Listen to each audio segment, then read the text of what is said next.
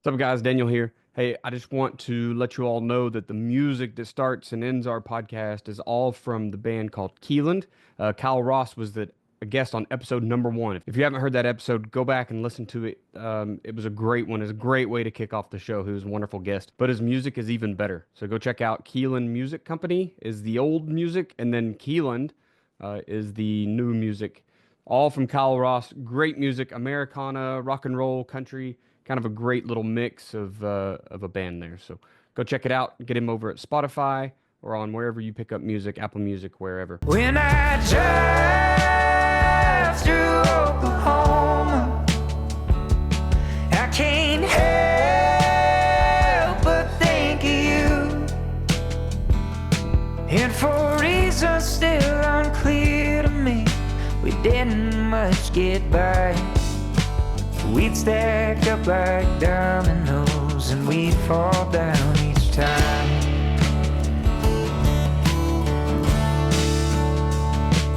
Well, cowboy. All right, we lost the countdown. I used to do a countdown. I don't know what happened. I used to count down to from 3. Now we just start talking apparently. So, welcome back, guys. Daniel Chamberlain here. Chris Cole over there in the brand new Bixby Spartans football offices. Yeah, that thing's nice.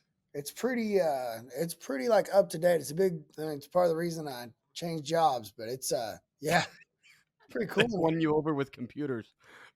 I was trying to explain it like the way it works, and that's pretty much all I know is how to turn it on. I even had trouble with that yesterday. That's hilarious. We are joined this evening by a guy that I've learned a lot more about in the last couple weeks when I reached out randomly in a DM and said, please come on my show and make me feel like I'm cool enough to talk to the big guys. Dr. Shawn Baker. Man, appreciate you so much for taking some time out of your evening. Although it sounds like you took a whole day to do. Yeah, I mean, I do this a lot of days. That's my days is shooting a breeze. It's kind of fun. So, yeah, it's kind of cool. You guys are both football coaches. You know, I was talking to a guy named Tony Holler, who you may or may not know. He does his. I do know. Tony, he's been on one of my football. Yeah, shows so I was talking to Tony the other day because I'm 58. I turned 58. So as I turn 60, I've got I want to run a sub 1300 and a sub 60. 400 meters. I'm 250 right now, so I get it down to about 240, 235. So I'll be a pretty big guy hitting those numbers. And so I'm doing a lot of track and field sprinting and jumping. And so it's kind of like I've been really, I've been watching all these damn strength coaches, podcasts, what you guys probably, the same stuff you guys probably participate in. So it's kind of neat how that comes together. And when I think about what does it mean to be healthy, I mean, I really think athleticism is the pinnacle of that. And if you can display that into your later years, that really says something in my view. And, I know there's a lot of these quote unquote longevity gurus out there. And I said, man, if you're not 100 years old, shut up. Cause I'm just like, some 40-year-old telling me I'm going to live to be 100. He's going to live to be 200 or whatever he claims. I'm like, no, man, come on. So anyway, but yeah. I was telling you about my wife being a physical therapist, and she mainly deals with older adults, and she'll come back in here in just a moment. She, like I said, she wants to talk to you just a little bit, but she's the very educated one in the family. I just know football, but that's what she deals with is just like her thing is, old, not weak. And it's just get out of this mentality that any age number equals, I have to sit on the couch and I can't get up and go live life anymore. Right. Yeah. And she tells stories of a 103-year-old, I think that was like doing powerlifting competitions. Mm-hmm. And it's awesome. Like there's a lot of people out there that are getting it done. Yeah, Lord willing, I'll be one of them. Hopefully, I know I've got that's my mindset. We'll see what happens. There's a lot that can happen in the next 40 years or something. So we'll see. Right. Well, so let's kind of talk about athleticism. So from what I've read, you were some kind of superior athlete to the rest of us, professional even. Well, I mean, I did. I mean, I played professional rugby when I was, it's kind of funny. I was a late bloomer athletically. I mean, I was an okay high school athlete, but I was going to go to medical school, so I never really pursued that angle very, very far. But it was kind of funny. I literally graduated college. I was working out. I was pretty strong. I used to do some powerlifting. I was 6'5", maybe 240 when I got out of college, pretty fit guy. And I was in medical school, and the medical school had a rugby team. And I was working out at the gym. This is called Sergeant Rock's Gym in Galveston, Texas. And this guy named Paul McCartney, not one of the Beatles, but this guy, he was a chiropractor. And he goes, hey, man, if you're going to work out in my gym, you need to come play rugby. It's kind of like half jokingly telling me I had to play. And I was like, I'll give it a try. So I get out there and I just, for whatever reason, I could jump high. I was pretty fast, and I ended up doing well. I made the Texas team, and then I got made on the Western U.S. team. I got recruited to go down to New Zealand to play professionally. So I did that for a while. Until I got kicked out of New Zealand because I didn't have a long enough visa. They're like, stay American, get out of there. So I came back home. I joined the military. And at that time, this is 1992. And I was a little tall to be a pilot at the time. They had a age where they were banking all the pilots. They had a glut of pilots. So a lot of the pilots were flying desks at that time. So I was like, what's the next operational thing I could do? It's kind of cool. And they said, you can launch nuclear missiles. And so I went and did that.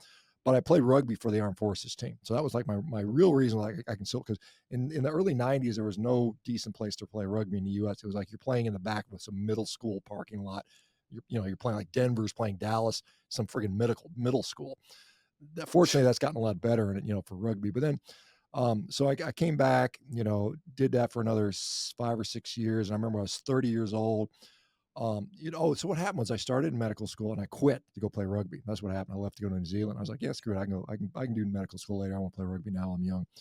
So I come back in, I go join the military, play rugby for about another 5 or 6 years. I remember I was laying at the bottom of what we call a ruck, like a big pile of guys. And I was playing a team from Russia, and this guy was just kicking me in the head, man. Just like boom, like my head sticking out and the bodies are on top of my head's just sticking. So he's kicking me on the head because I was having a good game. I think I'd scored like 2 tries, which is an equivalent of a touchdown. And I had blood just pouring out of my ear. And I was like, F it, I'm done. So I was like, I'm going to go back to medical school. I was like, I'm done. I'm 30. I'm done. I'm tired of this stuff. So I go back, go to medical school. But then I was still competitive. So I think I got into at that point because I had power lifted in college a little bit. I got into strongman competitions. This was back in the early 90s. When was that? Yeah, probably mid 90s. And I actually went to the national championships at strongman. I think I took 5th in like the 300-pound class or something like that. But I was a guy I never took drugs or anything like that. So I was like, I don't want to, because I saw that, to be at the next level, you pretty much, there are probably a few guys that don't, but it was something I never got interested in. I did that for a few years. And then, I got through my medicals training. The military had paid for it. So I went to a civilian place. I was in UTMB in Galveston, Texas, did my surgical training.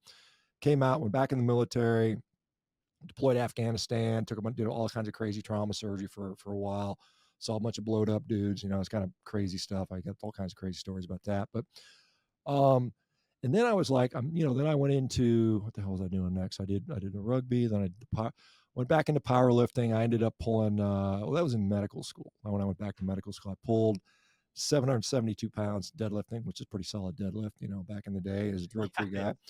And then I went into strongman, and then I did Highland Games after that. So the Highland Games, you put a kilt on and you throw crap, throw shot put stones and throw hammers. And so I ended up winning. I just had turned 40 and I ended up winning the world. There was a Masters World Championship. I ended up winning the World Championship as a master just because I was just strong and fast, but I didn't have a good technique. I had horrible throwing technique because they had all these ex-shot putters and hammer throwers in there. And I was like, and those guys, they got good rotational mechanics and they know how to throw shit. And I just know how to, throw shit around. I just, something like the cave where you just run up there. It's like a power clean.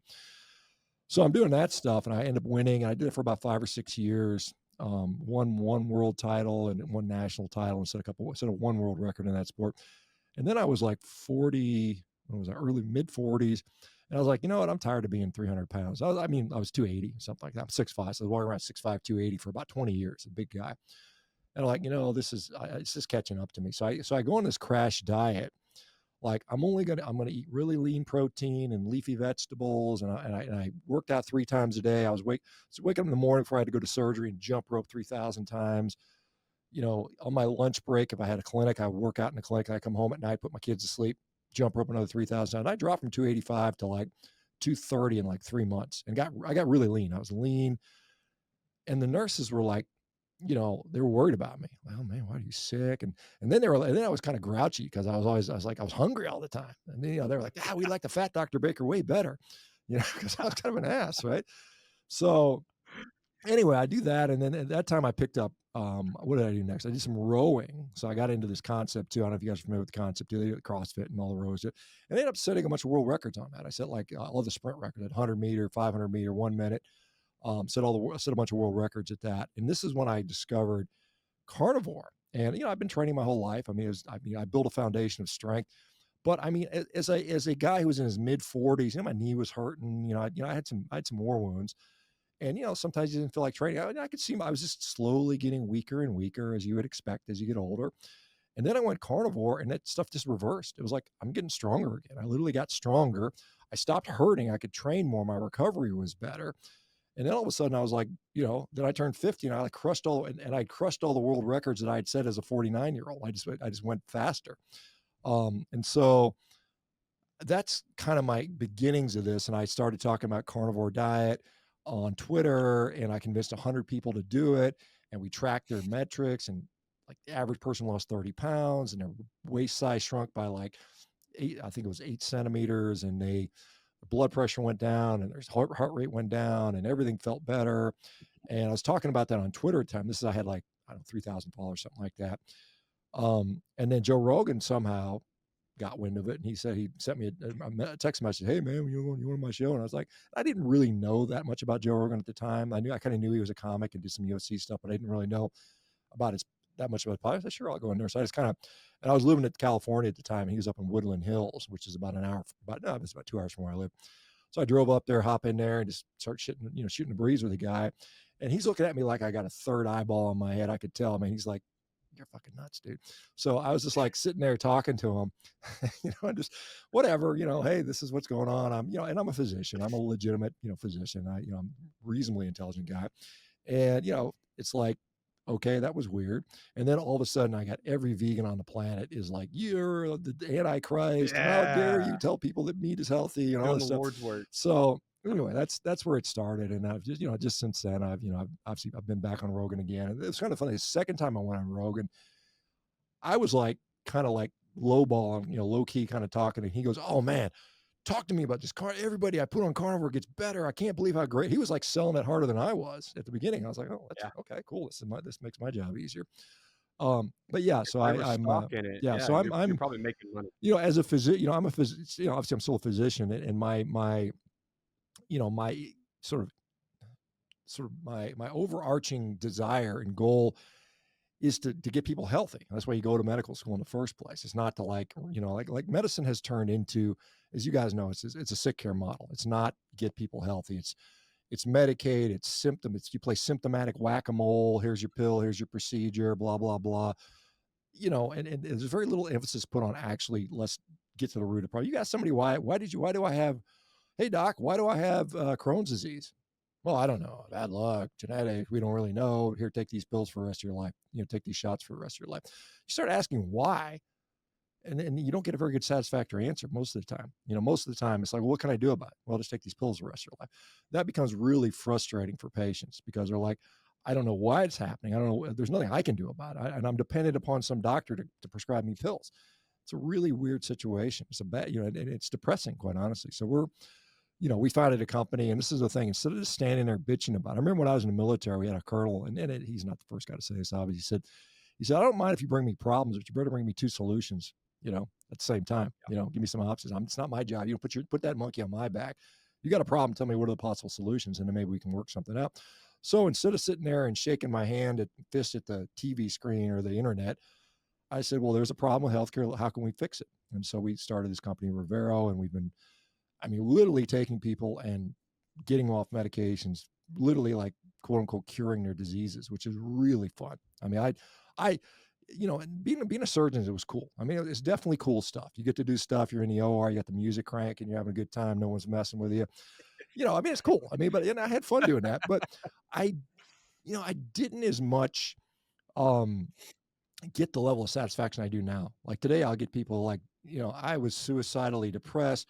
I was literally essentially bedbound, and we fixed their nutrition and lifestyle, and they're like, "I'm a new human being. I'm not suicidally. I just started a family. I've got a new career." So the level of reward is so much higher. I have a lot of fun now.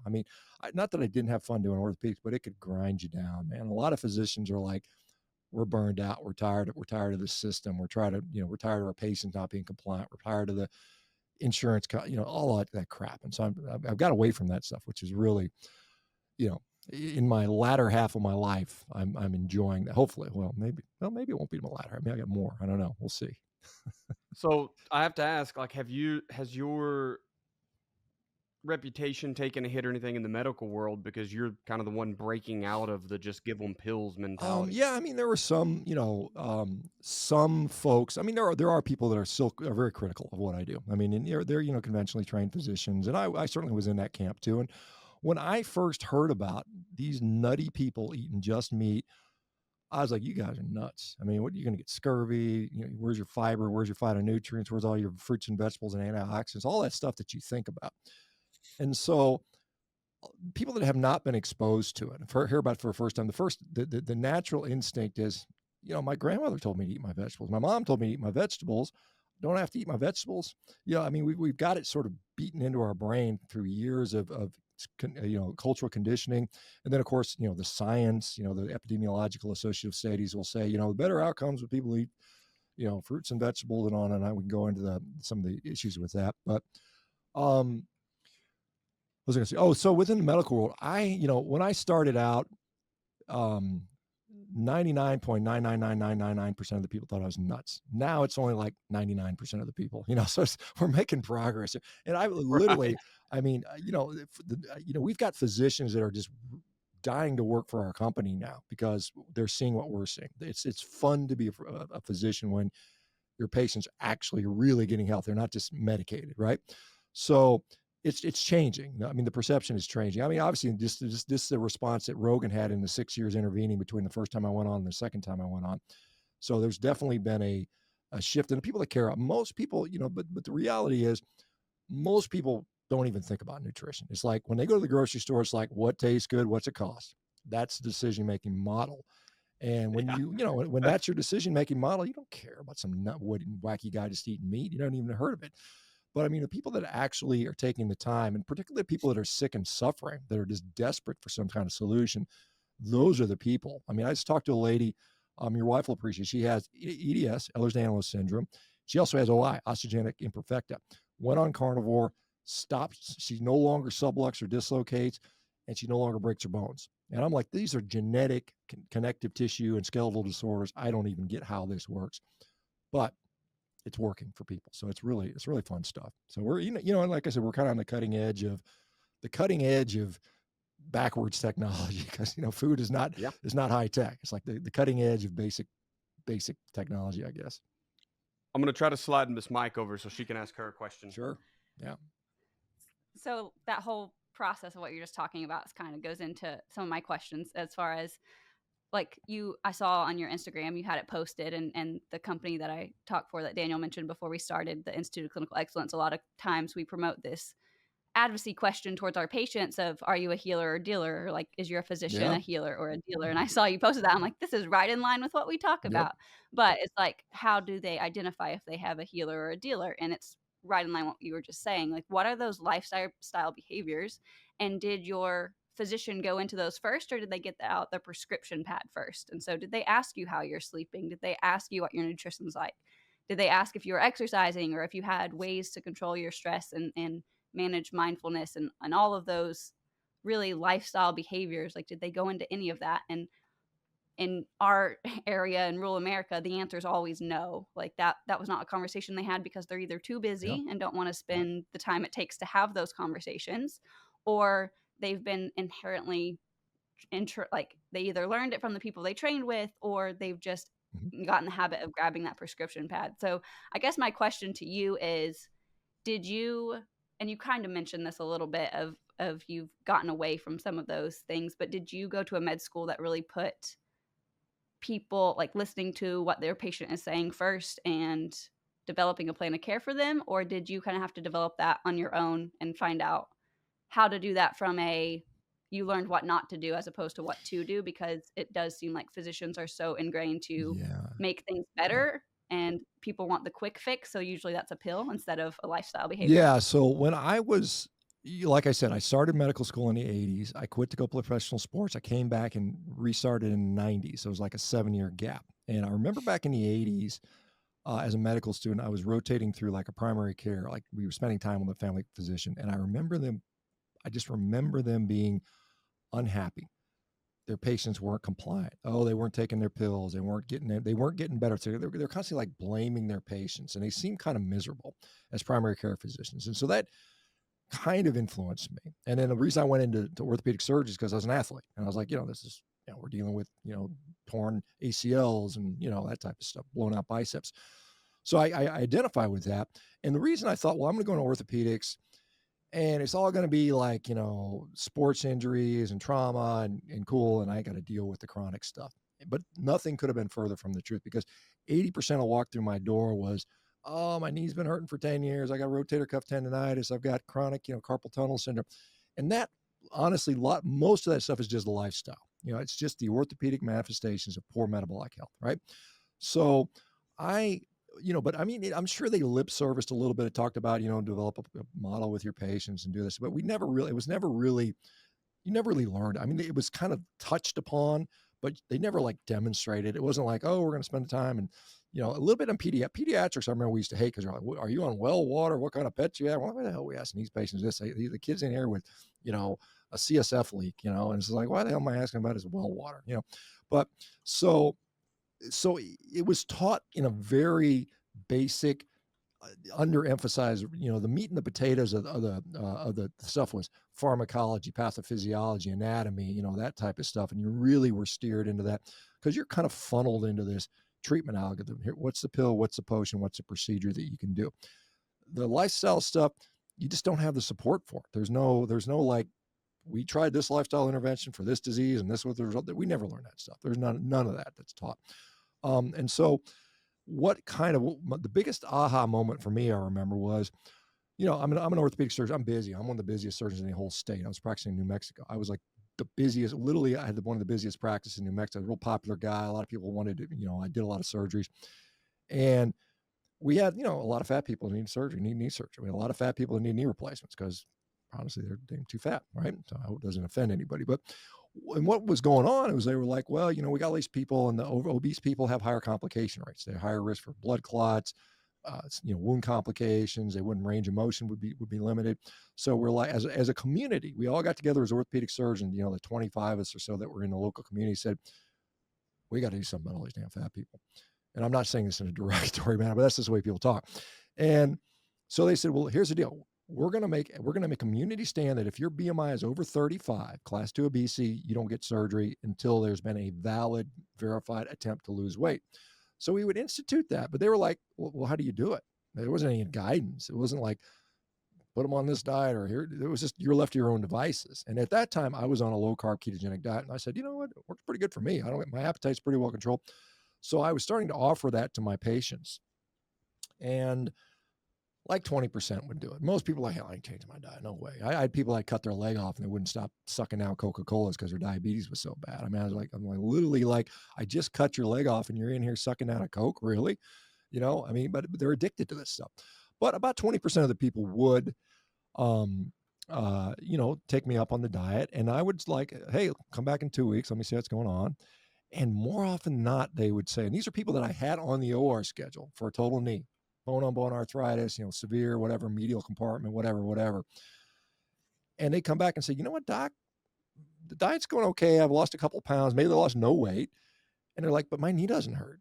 And I'm like, well, the indication for surgery is pain, primarily. That's the main reason we do these surgeries. If you don't have pain, you don't got to have surgery.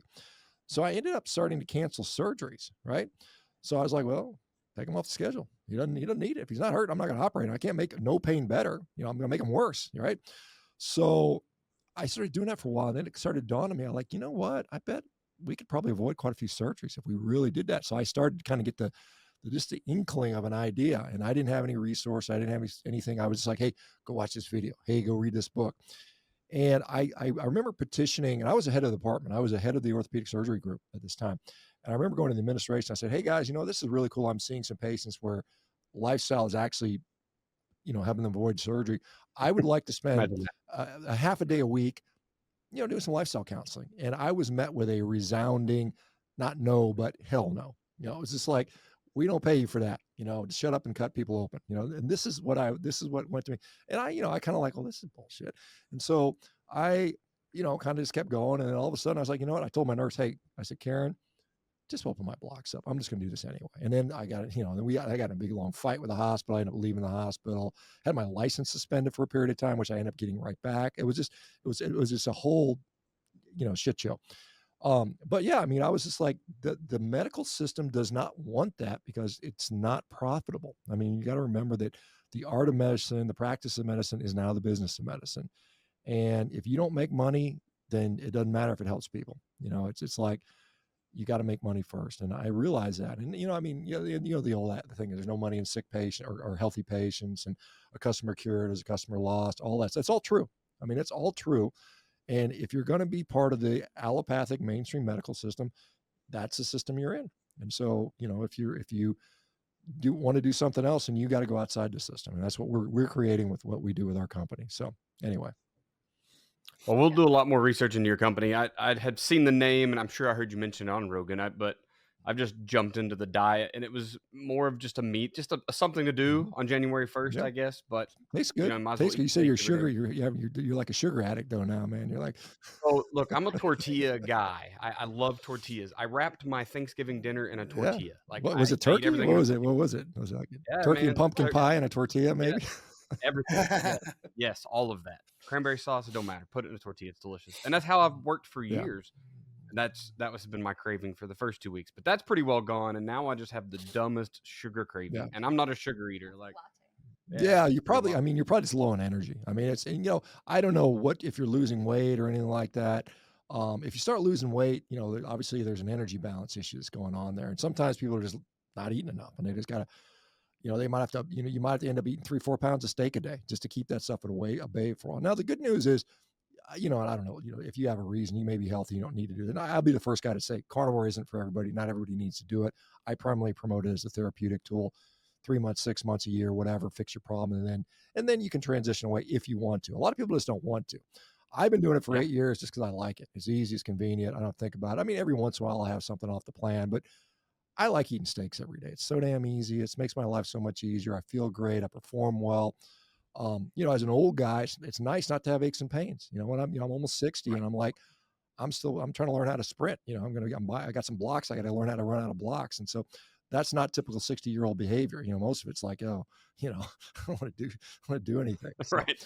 Looking for the walker. Yeah, exactly. Which is sad that's the stereotypical 60-year-old. No, but I mean, and she's right. I mean, there are older people that are really getting impressive. I think that's really cool to see when you see those 80-year-olds out there that are just getting it, and that's my aspiration. That's old person in training, all right? Like, yep. Better redefine this. I think you had one more question, right? I could have lots of questions. I'm just so excited to hear that an orthopedic surgeon found out that taking care of systemic inflammation and having a better lifestyle was impacting patients, and wanted to do more to do that, as opposed to exactly what you said. Like, we live in a sick care system, and I've made plenty of posts about how we have to shift this back to healthcare, longevity care, like all this, to where we're actually focusing on, we call it playing offense. Like, let's actually just be healthy humans so that we don't need to go to the physician as often. And so you kind of touched on this too, is, in the 80s and 90s, like when you got back into going to med school and all that, you saw that kind of where it was, the plan of care that you were taught in med school kind of always involved some kind of immediate intervention. And there was I think it was an NPR segment or something that was talking about, I think it was the 70s or 80s, where pain became that kind of sixth vital sign, as far as every time that you go in to see your doctor, you're going to get asked about your pain. Yep.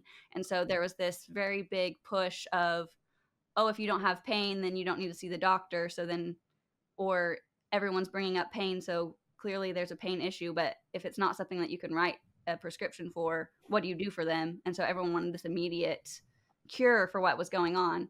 So that, it kind of goes back to like the prescription pad of, is that still the culture around being a physician, is if there's not a quick fix for it, like, that you just send them on their way type thing, which it sounds like your company's trying to get away from that and look more into like the epigenetics and lifestyle behaviors. But it's just one of those, like, between care for like you said, Crohn's disease or all these other things that could really be mitigated by other sources. Do you think that like highlight on pain, where people were so pain focused, became, I know it definitely became like where the opioid crisis came in, but how do you think that we approach that as far as getting away from medication being the go-to and start digging into lifestyle behaviors as far as exercise and choosing food wisely? How do we bring that to the masses as far as, Yeah. like, we're kind of in that messy middle where we have parents and grandparents to take care of, we have kids to take care of, we have jobs to sustain. How do we make exercise not a luxury item for these people that are, like, you know, on a time management crunch as it is? Yeah, well, I mean, obviously there's an educational component here, and I think there's a proof of efficacy. So, I mean, I think it's incumbent upon people like myself and our company to prove that we are efficacious, and that's what we're doing. We'll be publishing our data, and we've already got some preliminary data. It's looking really, really good on this stuff. And so I think that, you know, when I made my journey through healthcare, starting in the late 80s and up until now, it's like, what is it, 20, you know, something like 35 years or something like that.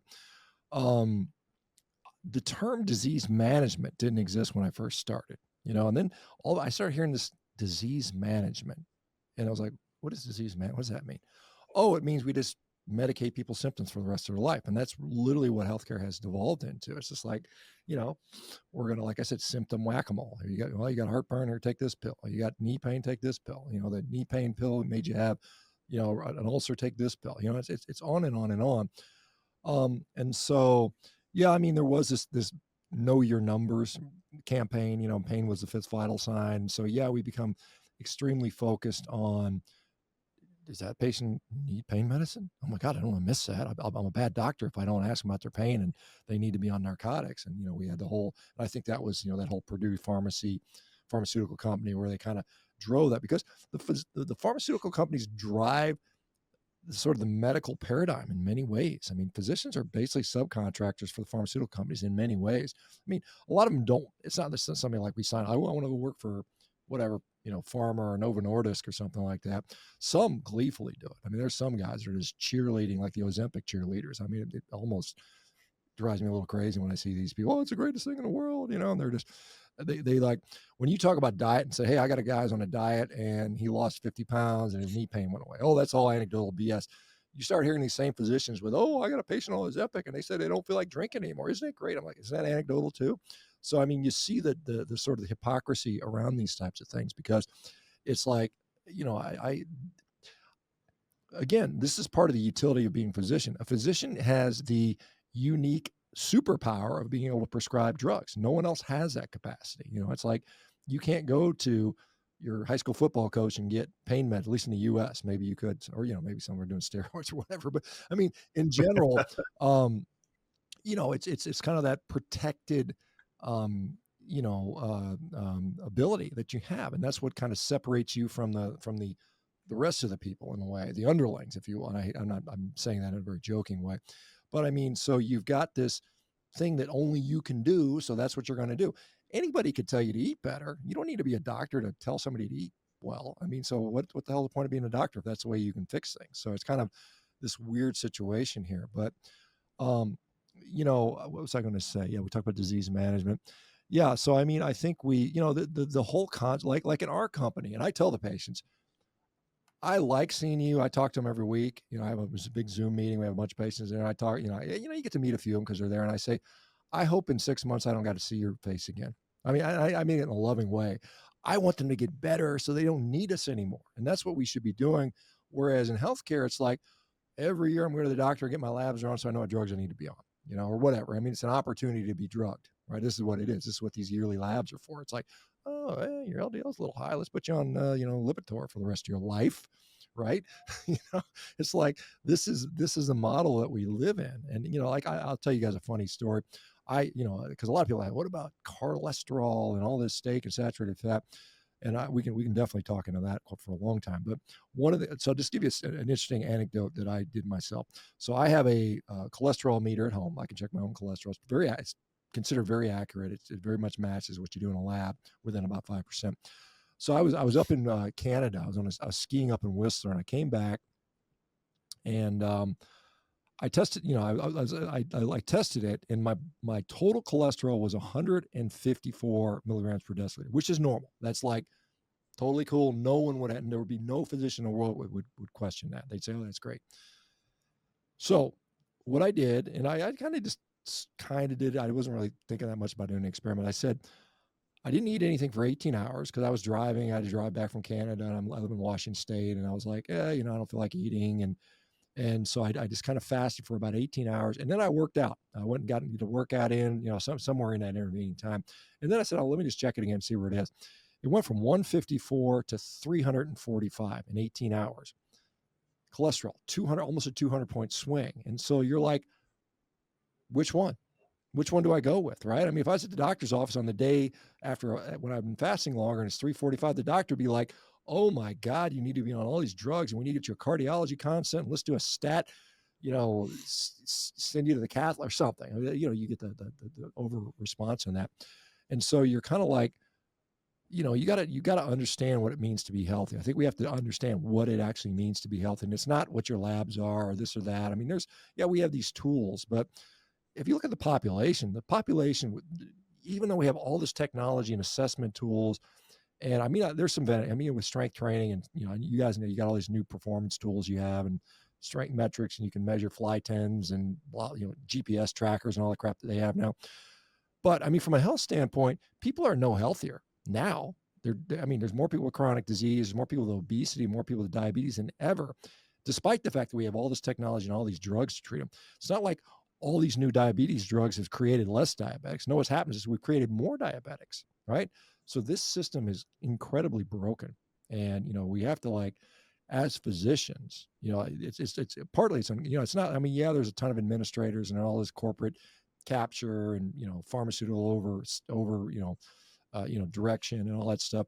But the physicians have to take a stand and say, look, enough's enough. We're tired of this BS. I mean, many of us, because many of them, they're either too complacent, they're making a good money, and they're like, screw it, it's a job, it's work. I'm just going to do what I got to do, make my, 6 figures, 300,000 a year, and just chill out and be comfortable. That, or they're just, maybe they don't know, or they're cowardly, or they know, and they're just like, I'm too much of a coward to do anything. Right. So, and the other thing is the patience. I mean, the people just have to start saying enough's enough, and you have to realize, the food you're eating, the garbage food you're eating is literally killing you. And you're either going to say, well, but it tastes so good, I'm addicted to it. I like my little, whatever, crunchy munchies, Cheetos, or whatever the hell you're eating. You just got to say enough's enough at some point. And so hopefully enough people will. I think we're at a point in the country where there's a little bit of an inflection point. I think the COVID stuff pissed a lot of people off, quite honestly. A lot of people are like, I can't trust the CDC. I can't trust the FDA. That people are questioning. They're questioning the traditionally. I mean, I saw a stat where physician trust has fallen to like an all-time low, right? I think I said it was like only 40% of the people trust their physician, which is the lowest it's ever been. So, historically it's around 70%. It's dropped like 30 points over the last couple of years. And I think for good reason, for many reasons, because people just aren't getting you go to the doctor to be healthy, not to be medicated for, or at least you think you do. A lot of people have been trained. I go to the doctor to get pill, go to doctor, get pill, go home, feel better, right? This is what we've trained people to learn. And that's short-sighted. That doesn't really work.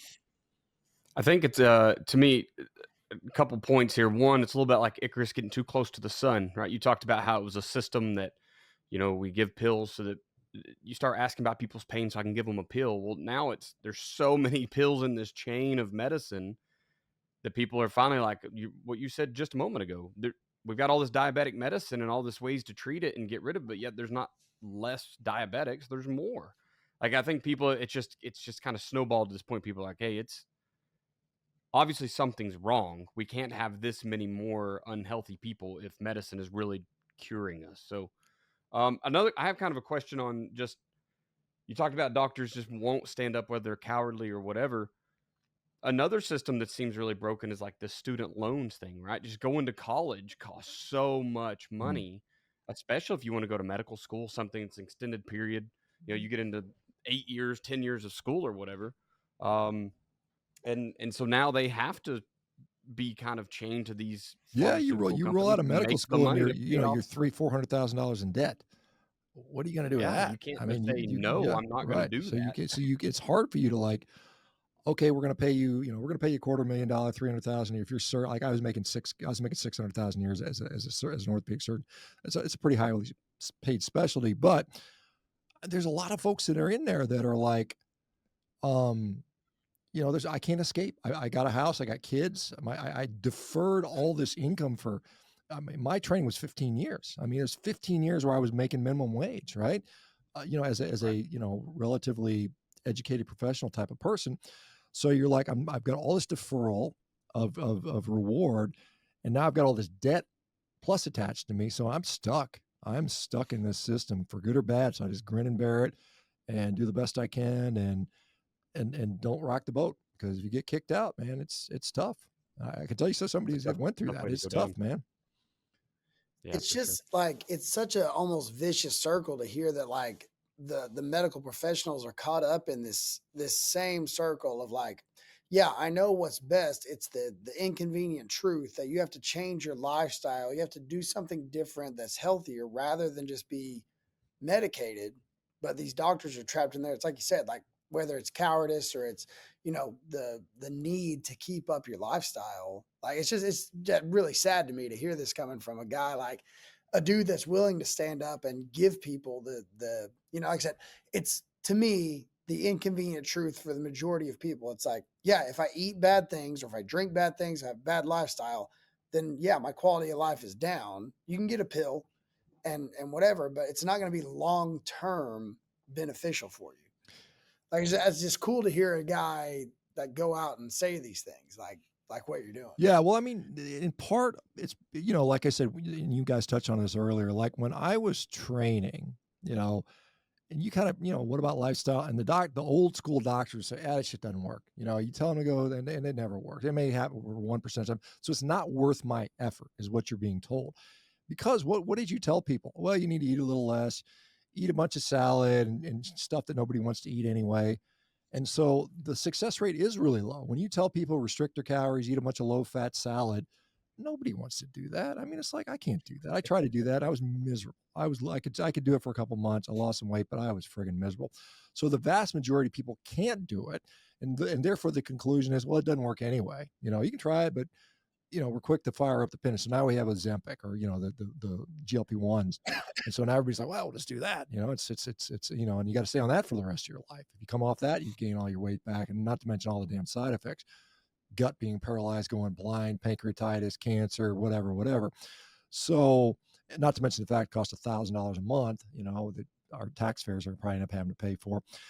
So, and this kind of the unique thing about what I'm doing is, and again, you guys can talk about the likability of this, that, a lot of people, you tell them, hey, just go eat steak and eggs, and maybe you might have some low carb berries or something like that, give it a little more variety. A lot of people can do that.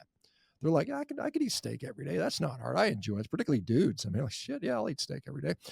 But the problem is we've been brainwashed, oh my God, steak, you couldn't have it. You go to the steakhouse and you're like, oh, it's so good. Oh, fuck yeah, steak. And then it's like, oh, but it's guilt. You got that guilt. Oh, I can't have too much of that. That's all BS. And that's where you got to unbrainwash yourself. And most of the physicians are bought into that. They're into the food pyramid, because that's all we get trained on. We don't here's the food pyramid. Here's the USDA guidelines. That's what we're supposed to do.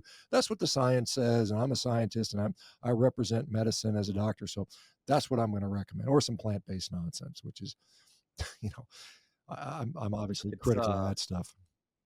Right. Well, I have, I want to move on from the health, and the diet is amazing. I've felt great so far. Like I said, little sugar once today, but it's nothing too bad. I'll tell you, let me just tell you that, because this is a good topic. Because for people that do this, they'll have cravings. It'll happen on day 6, 10, 26, whatever. Cravings are hormonally dependent. They usually wax and wane. It's usually about a 30, 45-minute cycle based on ghrelin typically. If you can just figure out, hey, what can I do for 45 minutes? I can go for a walk. I can go, I don't know, go program some strength training stuff or whatever, or have something, take some dried, what I do is I make my own like jerky. I literally go to like Costco and I'll buy these thinly sliced New York strips, throw it in a food dehydrator with salt. And it's like potato chips. It's so freaking good. I mean, it's like addictive. It's like crack, it's like carnivore crack. You do that, or you go for a walk, or you just chug a bunch of water, man. You fill your gut up and stretch it. It'll quell it. So, like I said, go drink 2 liters of water and go for a walk. That'll kill those cravings. Just have a plan in place for a while. And then, because it takes 3 to 8 weeks to kind of transition for most people. So you got to get through that period. And once you get there, man, you're like, I feel good. And then, like maybe you're doing it for 1 month just for the hell of it. But, like if you get to a point where you're like, steak's good for me, it's good nutrition. And you do that mostly, and you say, every once in a while I'm going to have a piece of pie. Every once in a while I'm going to have a fajita, or, a tortilla wrap, and you just kind of make that a minor part of your diet, you'll be in a good position, but it can be instructive about what it does. Because a lot of, like when I went from a low carb diet to a carnivore diet, I felt pretty good. I thought I was pretty healthy, but then all of a sudden, like my gut stopped doing anything. It was like, I had no perception of digestion, no bloating, no gas, no discomfort at all, I was just kind of like, yeah, that's normal. You got a little bit of gas, you ate something. My knees stopped hurting. I mean, all the stuff that I just kind of thought were part of being 50 was like, that stuff went away. So that's just something to be mindful of. And so you can get there, you can get to this baseline. One extreme. I got pretty. I don't know if it was on your Instagram, your Twitter, something today. You had burgers with an egg and a big old piece of cheese. Yeah, that was some. And that was like the missing link. Cheese I didn't know I could have it. Yeah, I mean, I will just, for some people dairy is a problem for sure, but I mean, it's certainly on the diet. I mean, it can be, but I mean, some people overeat it. I mean, dairy. What do you think about? What is the purpose of dairy? Dairy is to grow shit, right? So, I mean, it's very easy to overconsume that, particularly liquid dairy. Like milk is like, I can down, 800 calories of milk in like 15 seconds. And so it's like, you got to be mindful of that stuff. So, but yeah, I mean, you can, and it can be a game changer. Like I tell people when they start, have some variety, maybe you'll put some spices onto things. You don't have to be like strict hardcore, unless you got like some weird autoimmune disease. Most people, it's just like, let's get used to not having the bread, and then also the fruit and vegetables, which is a really scary part for many people. But, once you get rolling on that and you start feeling good, you can at least have it in your tool belt. You can like, hey, if I start feeling fat and sloppy, a little sore, I can do carnivore for a month and clean everything up. And then you just kind of know, right? It's been pretty awesome. I want to talk about Afghanistan for a little bit. What part of Afghanistan did you serve in? I was in Bagram. So I was in the, kind of the main hub. I was there in 2007. I was there for about just under 6 months. I went there. I had a second deployment to Iraq, but they canceled it on me. It's kind of funny because they were going to send me. I remember they were going to send me, like when I went the first time, my first son was born. So he was just a baby, and then I went and I came back, and he was all of a sudden he's a little boy. I was like, oh my God, what happened to him? He got big, right? And then my next baby was on, in the oven being cooked, and I had orders to go, like, I think it was right. It was going to be right when she was going to be born, or right shortly after, something like that. And I said, hey, can I go early? Because I want to go early. I said, let me go earlier just so I can be around for my kid's birth or something like that. And at the time, it was kind of funny. I was in the Air Force, and it was kind of funny. They had a waiver. They had some dude. I remember there was this guy who was like, he had exercise-induced asthma, so he couldn't deploy, but he was running marathons. And, it was like, oh, that's bullshit. So they called that guy up and they sent him, and then they ended up saying, well, we're going to send this bozo, so you don't have to go. So I ended up not going a second time. But I was there, like I said, I was there in 2007. We took over from the Army. We literally went from an Army facility to an Air Force. We literally took over the hospital from the Army. And, it was pretty crazy. I mean, it was as a surgeon, because when I trained as a surgeon, I mean, I saw train crashes, I saw refinery explosions, I see some pretty nasty trauma, but this was like, the next level times 5. It was just crazy, crazy trauma. So absolutely. Yeah. I was in Baghdad in about that time, 07, 08. So we would have been deployed about the same time. Yeah. And then I went to Afghanistan in 12 and 13, I think. I have to remember my exact dates. And then I did another one to Kuwait. Don't ever spend very much time in Kuwait. It's a terrible place. But so I kind of wondered what your timeline was and if we happened to be there at the same time. But it sounds like we were both over there in the desert, just the wrong desert. Yeah. I mean, I guess when I first went in when I went, it was in the first, the military for the first time. I remember we were Desert Storm, the original. I remember I got the badge. I mean, I got the ribbon for that, but I never went. I was just because I happened to be in the military. And this is when I was in officer training school and whatever. And this is when I was a missile officer, but it was during Desert Storm stuff. And so, but I wasn't deployed to an actual, but when I was in Afghanistan, I was actually deployed to the actual, theater. So that was That was Right. definitely an interesting experience. It was good. It was a good experience as a surgeon because you got shit that it was like you had to think on your feet and figure this stuff out. There were no textbooks for some of the stuff we saw, and I was like, "What the hell do we do with that?" Remember my partner. We were like, "There's no operation that describes this." We're like trying to figure stuff out, man. It's crazy times. I'm a huge MASH fan. We watch MASH like every night before bed. Oh, Now that sounds yeah. lame, but I've been doing that since Afghanistan, weirdly enough, back in 2011, 2012. But they do talk on there about I think it's Henry Blake afraid to go home, and he's like, I'm just gonna go home and treat like bumps and bruises Mhm. and boring. Right over here, I'm treating like real things. Did you get that same sense when you came home? Like we're back to just the Yeah, well, I mean, old it was normal like stuff. nothing was a big deal anymore because I was like, you could have some like horrible trauma. You're like, eh, it's like I see. Right. So it kind of prepared you. And I mean, it was like the thing in the U.S. Obviously, medicine is very, very tightly controlled, and it's like there's a lot of obviously a lot of litigiousness around there and stuff like that. But I mean, you've got all the tools. Like if somebody comes in with a broken femur, I stick a stick a titanium rod down their femur, and I got screw lengths. I need a 54 millimeter screw, and they'll, here you go, doc. Here's a 54 millimeter. When you're in Afghanistan, you're like, hey, I need a 54, and they're like, we got a 22 and a 70. Which one you want? You're like, well, shit, man, give me that 70. I'll saw the end of it off or something. It was just like, and it was like, because one thing, like in orthopedics, you're not supposed to mix metals. If you mix metals, you get this galvanic corrosion that occurs. And they're like, what? Because the army, they left, we had barely supplies. I mean, we were running out of saline in the middle of a war zone, and all you're doing is washing out infected, dirty wounds. It's like there's no friggin' saline, So we're operating. It's like, I got a stainless steel plate, but I only got titanium screws. And it's like, well, shit, man, that's the best I can do. I remember it was just crazy stuff. It's what made you such a good orthopedic surgeon in New Mexico. You were used to mix and match and Well, stuff, I and mean, you then don't want to do that in the U.S. because you get sued for that shit. So, but I mean, some mom was playing pickleball and tore her ACL. You're like, oh, this is easy. yeah, I There's mean, nothing. relatively, yeah, from the level of, but I mean, it's you still got someone's life in your hands, and you still expect to do a job. But yeah, I mean, it was just a different, different thing. It's like playing JV football versus the NFL or something like that. It's the same game, but the stakes are a lot higher and a lot faster, and it's like things change quite a bit. Are you still serving now, or have you retired? No, I got out in 2011. I've been out since 2011. So I didn't even, I got out, I separated before I retired. So I didn't get a retirement or anything like that. So I was in twice for about a total of 11 years. And it just made better sense for me financially, even with potential retirement pay, to get out, because the discrepancy between an orthopedic surgeon in the military and in private practice is like ridiculous. It's like minimum Sure. wage versus you make a lot of money. And so I was like, well, that made more Right. sense for me from my family standpoint. But yeah, I mean, I really enjoyed being in the military. It was a good time, good people, it's good to be on a team.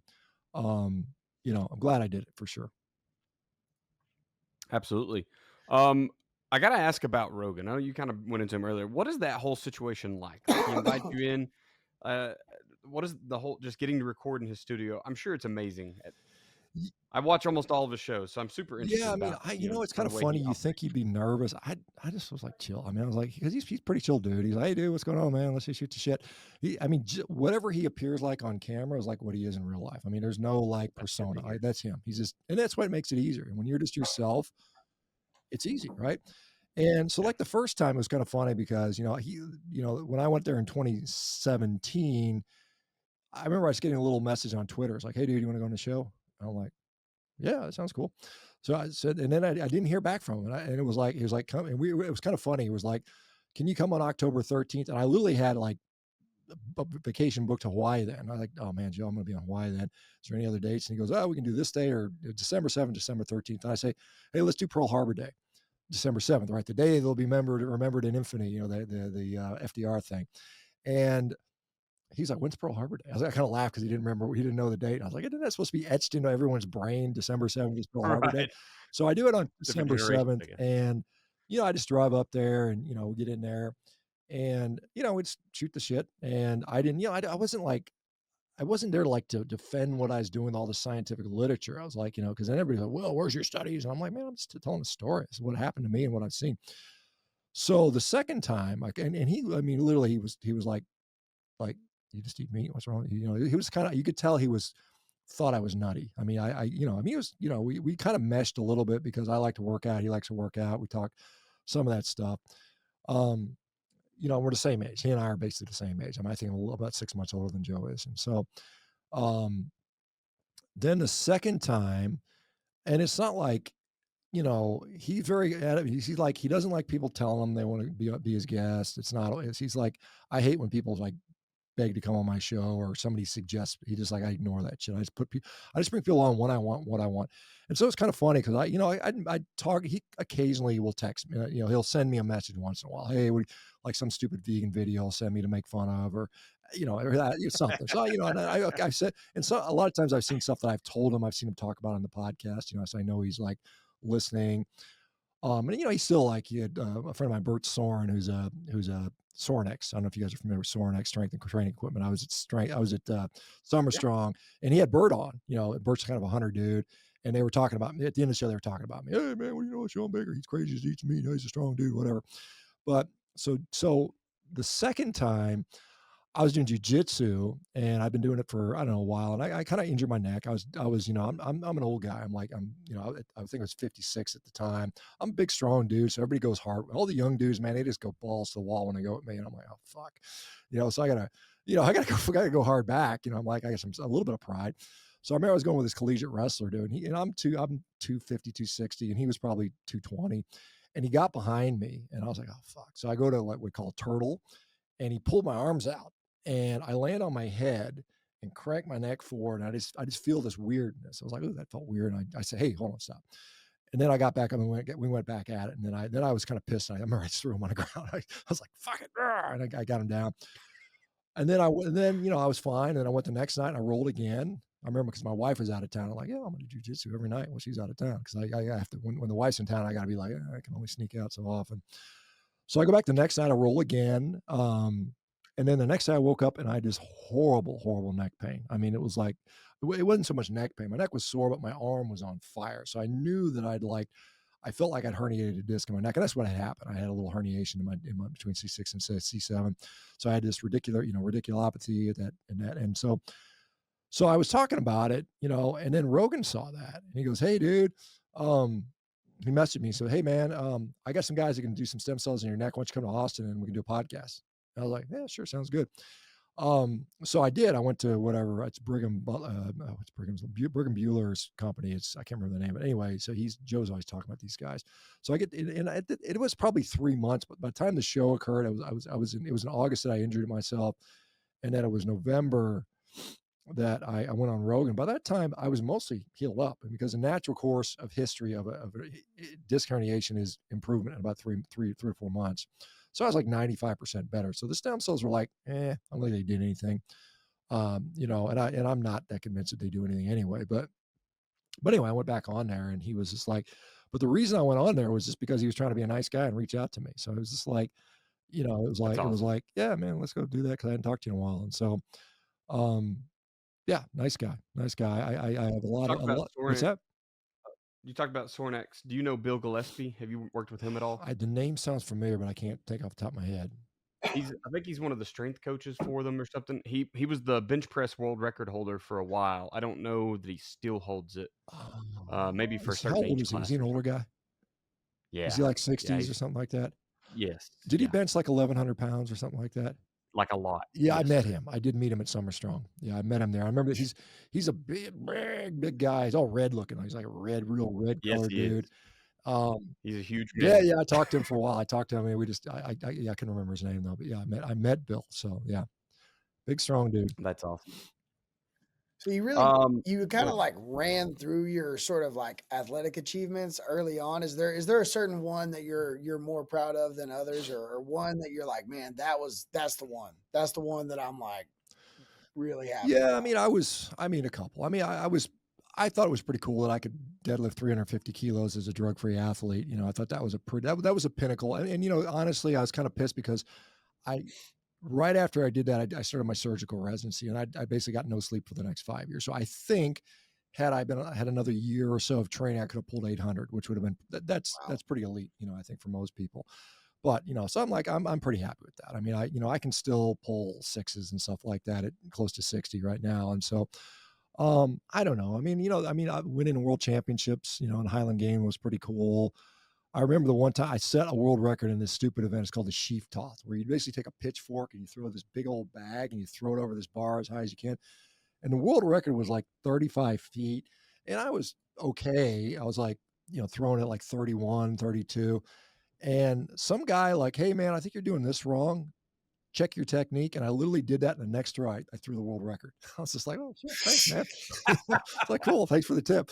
And that allowed me to win the championship. I thought that was a really funny, cool moment because it was just like so goofy, Where were the Highland Games held that you were? Oh, well, it's interesting. They originated out of Scotland, right? And the whole thought was that back in around 1000 AD, the English and the Scots were battling, and they kind of disarmed the Scottish, and they said, you guys aren't allowed to practice with weapons. And so what they did was they threw shit. They were like, oh, we're going to go to the field and throw stones and throw, and blacksmith equipment and stuff like that. That's how they trained. And so that's where the origin came. So it started in Scotland, but it's taken over anywhere like the British Empire went is basically where it expanded to. So North America, Canada, South Africa, those countries are where it's at. So, but most of the games these days are actually held in the U.S. I mean, the U.S. is the biggest population of Scottish Games guys. So I competed in Scotland one year at a world championship. I competed in Canada once. I competed, I think there were like 3 of them held in the U.S. that I competed at. So I think I did 5 world championships, and I ended up either first, second, or third in all,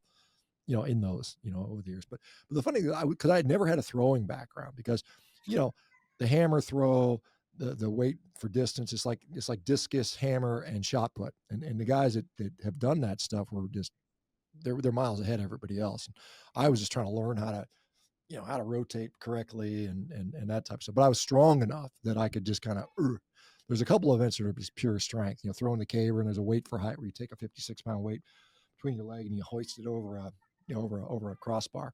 Those events I just kicked ass on. I had to, I was just always winning those events. But the more skillful events, I would kind of like, I was really bad at the hammer for some reason. I just couldn't figure out the winding right. I never had the balance for that. But that was an interesting time period. I did it for about 7 years. A lot of fun. Have you heard of the tactical games? I've heard of that. I haven't really, it's kind of a little bit niche type of thing that, it's a newer thing. I know there's guys that are tactical at, the guys, it's kind of like a combination of strength and conditioning type of stuff, if I'm not mistaken. Right? Yeah, it's like you got to go out and do a CrossFit competition and then go shoot, right? Oh, okay. So it's yeah. I think it's really neat. It's a neat concept, especially for us. A lot of my friends are obviously military, so some of them are competing in it. I think it's pretty neat. I'd love to get into it at some point. Yeah, kind of like a little bit like the biathlon, a little bit. In the Olympics, we ski and then you shoot type of stuff. So yeah, absolutely. Well, Chris, any more questions, boss? No, I could talk for hours, but yeah, I'm good. Like, thank you for your time, man. It's really cool to, again, the different things that you spoke on were just it's good for the soul, quite frankly. Like the stuff you're talking about. Yeah. Like really good stuff, man. I really appreciate having you on, like you coming on with us. Well, yeah, thanks for having me, guys. Well, I'm going to go, I got to go do some plyometric stuff right now. I'm going to do some jumping around in my garage where it's warm. So take care, man. Dr. Baker, appreciate it, man. Have a wonderful evening. Well, cowboys are back in style, and I know it's been a while, and I often dream of you and your half green baby blues, the way your dimples sink into your smile.